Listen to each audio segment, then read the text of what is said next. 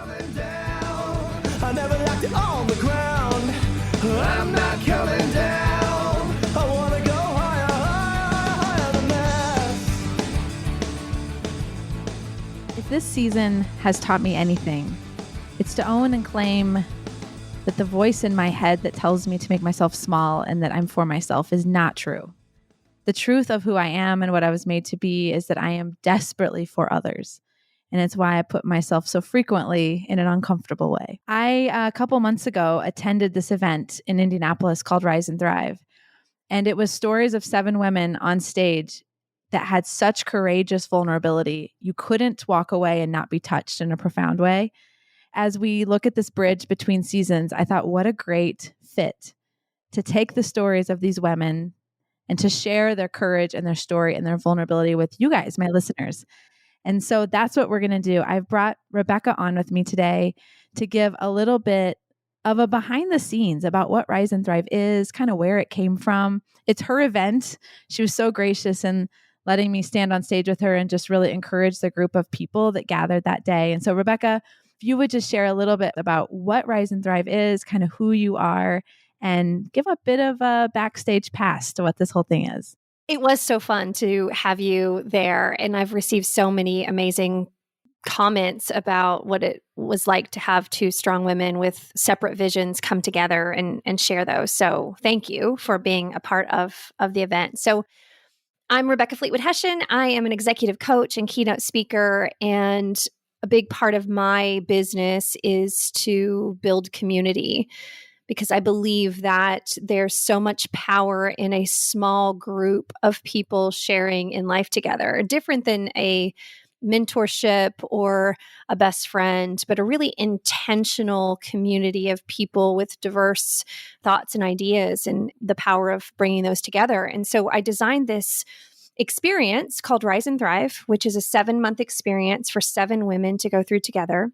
And throughout that 7 months, it's really a deep exploration of your unique gifts, talents, and abilities, what it means to overcome uncertainty, and really use those unique gifts to serve others. Because what's really great about this, Tiffany, is we have so many similarities. We use different words and we have a little bit different application of them, but inherently, I think we both want the same thing, is for us to stand taller in our own stories, to use the name of the event. So Rise and Thrive culminates into this event that we did together, which is called Stand Tall in Your Story, because I believe that when we stand tall in our stories, we give others the invitation and the courage and the confidence to also do the same.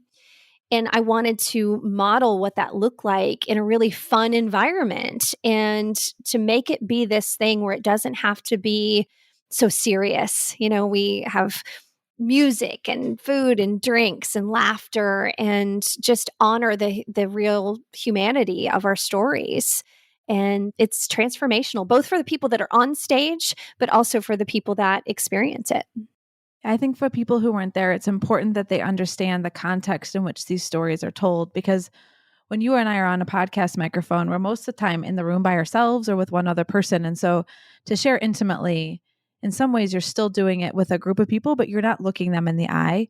And so just to set the stage for people as you listen to these stories, Rebecca did it this year in the Vogue, which is kind of like a nightclub setting. So picture a stage where usually there would be a rock band, and there was a band.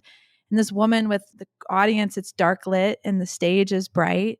And you've helped them in many ways, I think, be the main character in their own life story again. And they've been made over, and they look, sort of this glamorous moment for them to be able to look back physically and see, I did that and I experienced that and I saw that and I felt myself do it and be present. And so they walk out on stage. They share in kind of a TED Talk type way where the audience is quiet and they are left alone with their words and their thoughts, and they share their story. And then, of course, we celebrate their courage in being vulnerable. But imagine telling some of your most intimate stories and intimate moments and the things that your mind, probably as they go through this process, your mind has tried to quiet that story and that part of you for a long time. And so having the courage to be able to share that audibly so that you can be held accountable for that discovery. I think that has been the challenge for me as I stepped into the podcast space is as you start to sort of journal it audibly, the world will begin to hold you accountable for those lessons and the things that you've learned. And I think there's a lot of courage it takes to really step into that. So anything you'd add before we kind of talk about season 3 of Rise and Thrive and kick it off to the stories of the women? No, you've done a great job of articulating exactly what my vision was, to give our stories honor and fun and a place. And I always think about the journey to get there, the 7 months, as we get closer to the event, the anticipation and the nerves and things really start to jump up for these women, knowing that they're going to stand on this stage. And what's powerful about it in community is they're doing this together. Oftentimes, if you watch a reality show, they'll put people in really dangerous situations because it's really known from a biology perspective to draw people closer when they're in fear together, or when they're in this really dicey moment. And it really does that for these women when they're coming together in community. They look at each other and think, okay, let's do this thing, let's hold hands and do this thing together. And it's a beautiful thing to see it unfold afterwards, where they're just so proud not only of themselves, but of each other. And they've experienced that thing together. It's beautiful. It is really special. You cannot be at this event and not be touched and moved. It's simply impossible. But if someone listens to these stories of these women and or someone they know is interested in participating in Rise and Thrive, and they feel like just a call on their heart to go through an intimate journey like this, what's the best way for them to kind of raise their hand and say that? And if they do raise their hand, like, what does that mean? So we have 5 spots open. It's an experience for 7 women. We start late October. If you're interested in exploring more about it, you can go to my website, which is wethrive.life. There's a tab that says Rise and Thrive and a tab that says Stand Tall in Your Story. You can get a little more information about it there, and then just hit the schedule me some time. And it's really an information/interview. So you're getting to know me, I'm getting to know you.